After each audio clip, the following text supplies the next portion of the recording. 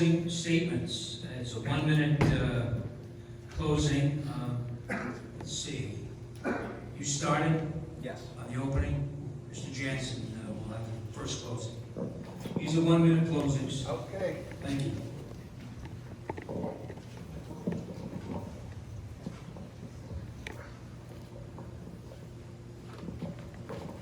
Okay, do I have a vested interest in this community? That's the question. 40+ years of running for public office. That's my vested interest. I put myself up for public ridicule by some here tonight. I won't mention their names, but yeah, so what this city needs, and I'll reiterate what I said, we need new revenue. The bottom line to a successful community is new revenue. We're not getting that with this economic development team. We're not getting it. They need to go bye-bye. All right, I'm going to respectfully ask the people of this community to give me a chance this year, because if I don't get elected this year, this is it for me. I mean, this is it. I probably should have run for mayor this time, but I didn't. Probably should have. But I put myself up for 40 some odd years now. So I think it's time for the electorate to smarten up and show up to vote. 90+% of the people of this community who are registered to vote, why are you registered if you're not going to show up and go vote?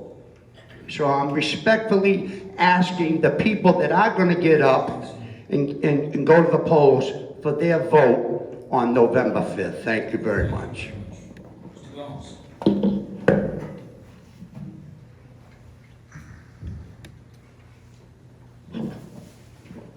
I ask the people of the city to continue the strong voice that they have on the city council. You may not agree with me on everything, but you know that I'm a voice, and I'm a voice for you when nobody else is speaking, whether it's in the neighborhood, whether it's a crime issue, whether it's parallel products, whether it's the Ernestina Wood, and it goes on and on and on. I'm a voice to be heard, and when my voice is heard, most of the time there's action. I'm going to give you a simple one. I stood in city council not too long ago and I told you that the city was broken.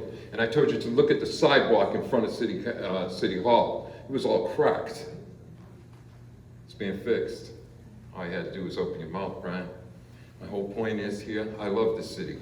I love the neighborhoods. I love knowing what I know. I know every neighborhood from the back of my hand, like the back of my hand, because I go into those neighborhoods. When there's an issue, I know it. I feel it and I taste it. That way I know how to address it on the city council. Some have said tonight that it's taxes, budget, and this that you do. I've always talked about governing. If somebody's not governing, I'm going to step forward and I'm going to do so. I'll continue to do that. On November 5th, I'd like the opportunity to return and continue the good work that I've done over the past decades that I've enjoyed doing and enjoyed serving the people of the city. And not for 1 minute did I take anything. I was a giver. I gave everything I had. Thank you very much. So I'm going to stand behind the table. So I would like the opportunity to return to my role as New Bedford City Council. I hope that the people in the city of New Bedford recognize that over the last 14 years, I've dedicated myself to improving my city, that I've been a leader on the New Bedford City Council, and I've been an independent voice. And oftentimes in city council votes, that vote has been 10-1, and I've been the person being the one. So I'm proud of my record on the New Bedford City Council. I've worked hard. I hope I've earned your vote because of my actions over the time that I've served. And I hope that you'll give me the honor and the privilege to continue to serve on the City Council to try to make New Bedford the best place that it can be for your family and mine, a place we're very proud to call our home. On November 5th, I ask you for your vote into Morag, Councilor at Large. I wasn't going to do it, ladies and gentlemen. I'm not going to be intimidated by you, Gomes.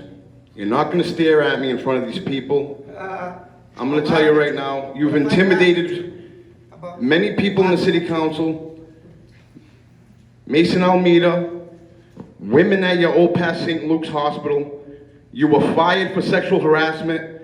You should step down Hey, where's the moderator? and deal with it. Hey, wait, I'm Yeah. gonna take that right out of your hand. Give me that. This is Sit not. down, sit down, please, Mr. Jansen, sit down. Ladies and gentlemen, It's too late now, he's already done what he's done. I'm not gonna be intimidated. You can't allow a piece of human feces like this to ruin your Michael, debate. sit down. You are a piece I'm not of gonna human shut feces. down. I got a minute, You right? have 20 seconds, you've already used 4 seconds. Gomes has been intimidating people for years. He sat here and stared at me. I think I behaved myself Can you today, deal with the issue, please? and I didn't mention this man at all. He should step aside as he deals with his court case for sexual harassment. How about what you've done in your past? You know what the difference is between me and him, Mike? 20 seconds I've up. admitted my wrongs and corrected them. Mr. Felix, Thank you. Time's up. Thank you. What a shame, man. Next one. Shame. Having an idiot like that ruin a We'll debate. stare at someone else. I'm leaving too. You're a piece of Come crap. on, you're better. I'm not an 18-year-old nurse. Come on, please. All right, Gomes? Don't intimidate me, brother. Keep on going, Ms. please. Carney, quiet, please. 1 minute. Threaten me?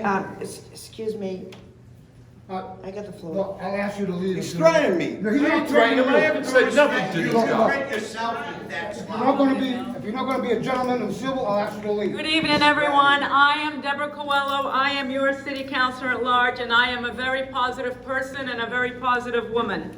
I believe New Bedford is on the move. I am very proud to say that we have a beautiful waterfront. We have Satkin Mills on Washburn that is being developed. We have luxury apartments. People want to move into New Bedford. They're coming behind the Wamsetta Lofts, drive by, it's looking good. We got Old Revere Copper and Brass, which is bringing new life. We got a new public safety center coming in. All these things don't happen overnight. This is day-to-day management that I've been proud to be for the past 14 years. No, I didn't do it by myself. I'm part of a great team. This is what we do. I'm really also very, very happy to say that I have been independent in the council. I do not fundraise. I am yours. I'm solely yours. I always have your best interest at heart. I would ask that you would please re-elect Deborah Coelho, your city councilor at large, come November 5th. I am a very, very, very good representation of the city of New Bedford. Thank you and God bless. Thank you, Councilor Coelho. I was just a little too close to it first, needed a little break. But hi, hello everybody, my name is Naomi Carney and I am your city councilor at large. I am hardworking and dedicated to my community. New Bedford matters to me. I grew up here, I love New Bedford. I put my heart and soul into what I do on the city council. I'm looking for you to re-elect me on November 5th. New Bedford has come a long way. Look at our waterfront. We have new businesses coming in here. Do we need more? Absolutely. Are we working hard to get it here? Absolutely. Do we have a real coming in and we're going to bring new people into New Bedford? Absolutely. I think that things are turning around in the city. It's been a good team that I've been working with over the last 6 years. We've moved forward. We haven't looked backwards. We continue to strive to make New Bedford a better place for your family, for my family. I love New Bedford. I'm here to stay, and I'm here to work for you, every single one of you. You got my phone number. If you need me, you call me. I'm there. Constituent services #1, and everything else falls right in. Quality of life is what every one of you deserve in this room, and I'm going to make sure you get it. Naomi Carney, City Councilor at Large, please cast a vote for me on November 5th. Thank you very much.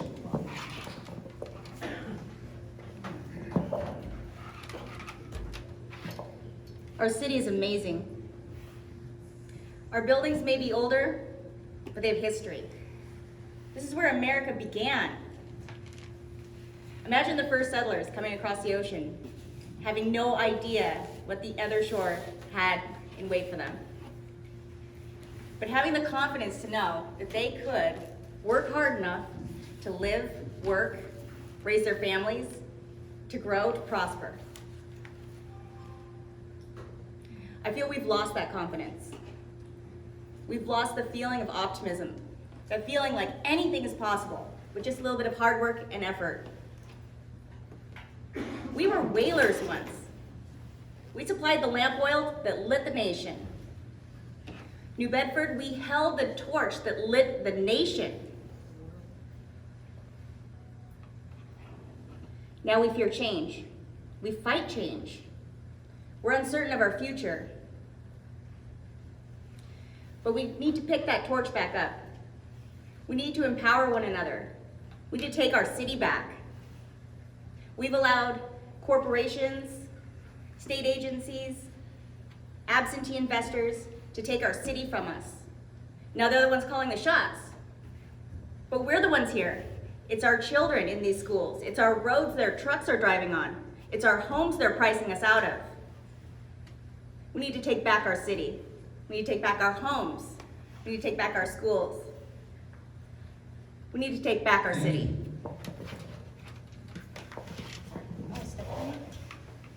So I'd like to thank everybody here this evening for attending. I'd like to thank those watching live as well. And my name is Paul Chase. I'm running for City Council. My wife Lisa and I have raised our family here. We love it. In that time that we've raised our family, we, like many other people, have volunteered with nonprofit services. We've volunteered through the city schools. We've done a numerous amount of volunteering throughout the years. And now I want to take that service, now that my children are older and pretty much self-sustaining, I'd like to take that service to the City Council and to the City of New Bedford. And I bring with that an economic development background, which I think is so key and important in this day and age. And I want to bring that forward, and I want to help the city in any way I can through constituent services and through new ideas. I said in the beginning that there's 100,000 or nearly 100,000 people in this city, and that every so often we could use a little bit of change on the City Council, and I wholeheartedly agree with that. I was number 6 in the preliminary. I'm only off by 1, so I'm asking for your vote. I'd like to get in and make a change in the city of New Bedford. My name is Paul Chase, November 5th. Thank you. Ladies and gentlemen, my name is Leo Choquette, and I'd like to thank Mr. Buddy Andrade for putting this together, New Bedford Guide for promoting it and airing it around the world. Thank you. All the sideshow stuff aside and all the rah-rah happy speeches that we can all sit up here and make, there's one undeniable fact. Nothing in this city is going to change until we get the property taxes down to some degree. If a business wants to come here, they have a choice to locate in many different places in this state. And we have the 8th highest commercial tax rate in the Commonwealth. Business owners don't care that this is the city that lit the world, or that, you know, person A loves the city and person B loves the city. They're independent thinkers. They want to go where they can make the most money. They are not going to come here at $36 per 1,000. It's not going to happen. We need counselors that are not afraid to cut the budget. We need counselors that have a financial background and a legal background that understand how government works. We have not had this for a little while anyway. Now, again, I don't have all the answers, and there are a lot of fine people that currently serve on this council. I'm not here to point fingers at anybody, but we need change. We can't wait for someone to want to retire before a new person's elected. This city has hit a brick wall. We have changes that have to be made. And again, nothing is going to change until we fix the economic development of this city. Thank you. Thank you to Buddy for hosting us tonight. Appreciate it. Thank you to New Bedford Guide, New Bedford Cable Access for hosting. Thank you, Jim and Jack, and everyone here in the audience. Look, when it comes to New Bedford, I'm all in. I live here. I grew up here. This is where my wife Samantha and I are raising our 3-year-old daughter, Adria. So I'd like to think that we've got a little bit of skin in the game here, okay? I've been on the New Bedford City Council for the last 4 years. It has without a doubt been the professional highlight and honor of my life. And you know what you get with me. You get an elected official who's open, honest, transparent, and will reply to you and will respond to you and will give you the common courtesy and the attention that you deserve. You know, I've said it in the past, and I'll say it again. No matter what neighborhood you live in, no matter what street you live on, your concerns are my concerns, always. And they always have been, and they always will be. So whether it's about constituent service, public safety, new industry and economic development, making sure we're holding absentee landlords accountable, which I am proud of my record on doing that. You know what you get with me. You showed me your support in the preliminary election, and I'm asking for your support again in the general election. Ian Abreu, first on the ballot for councilor at large for re-election. Thank you.